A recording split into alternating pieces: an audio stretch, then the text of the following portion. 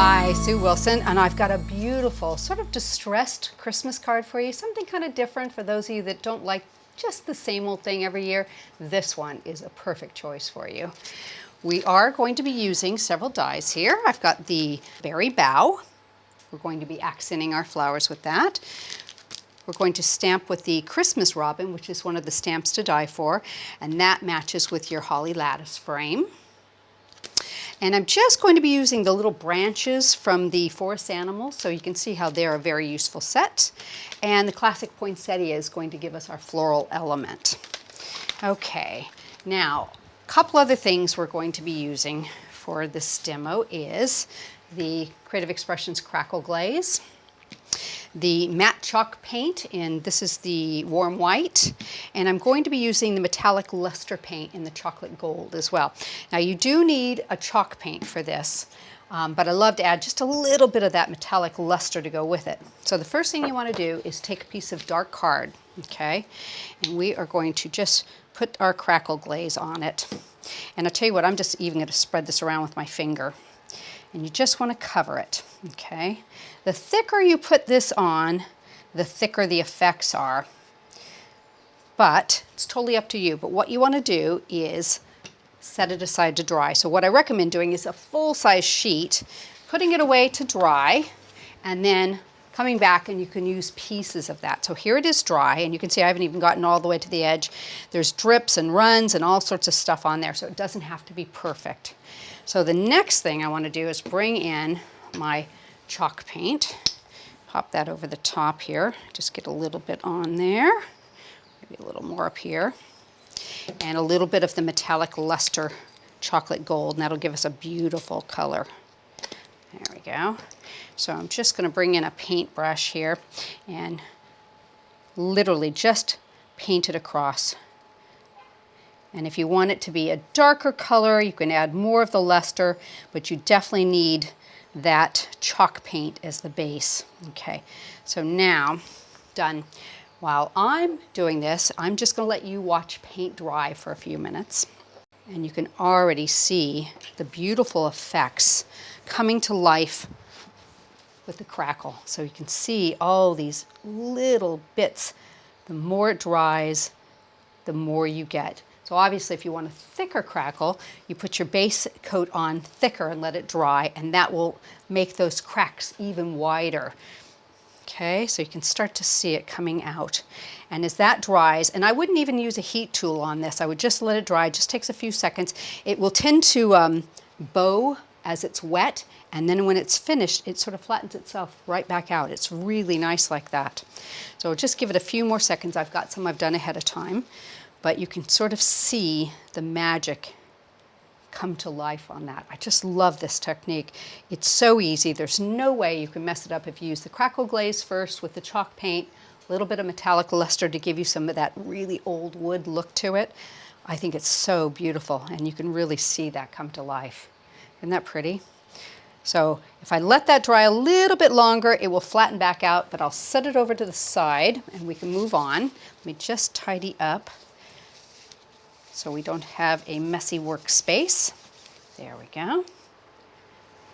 And we've cleaned up our brush. Okay, so now what I've done is I've done one ahead of time and I've cut it into strips. And if you sort of wiggle it, you can see that chocolate gold really coming up through that, so you get hints of that beautiful metallic look.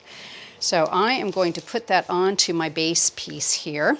Bit of mounting foam on the back of each. So let's see, in fact, if we sort of lay that down, we can kind of see the spacing we want. That looks about right. Put that on there.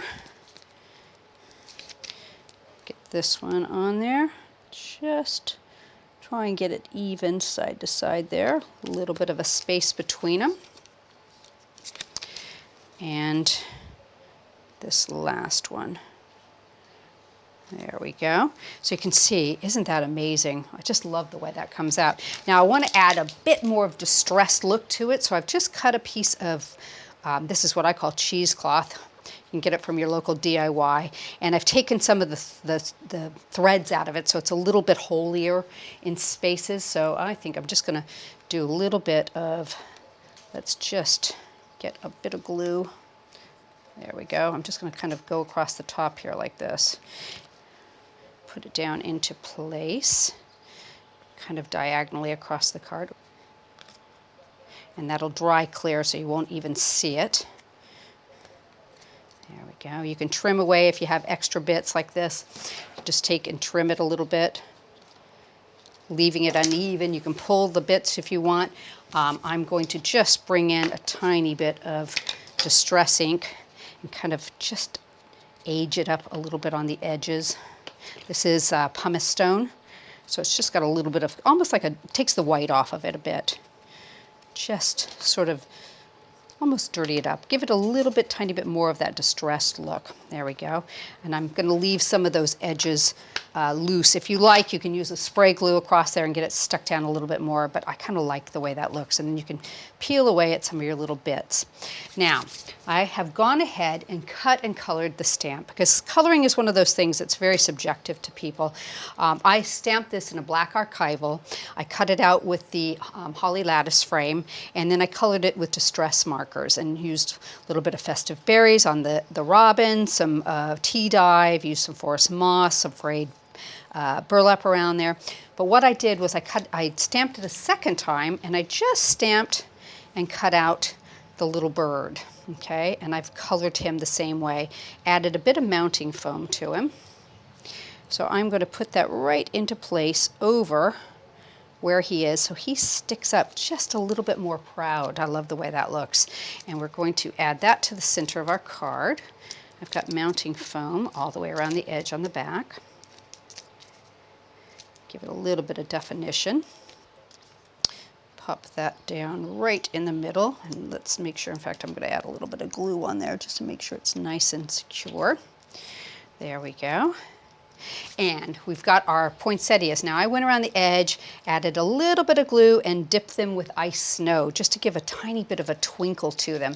So we will put those on with some glue dots. And I'm going to put the larger one down in this corner. I'm going to take the two smaller sizes and we will seat them in the opposite corner, just so that bird is nicely framed. There we go. And I've cut the berry boughs in different shades of green because I think that looks really pretty. So you can just, in fact, it's really nice to do little bits with just some offcuts in your stash. So let's tip a little bit of our greenery. And we're going to add some glue to the back of this one. And I've just got a couple different colors here, so I'm going to kind of mix and match them around the larger poinsettia.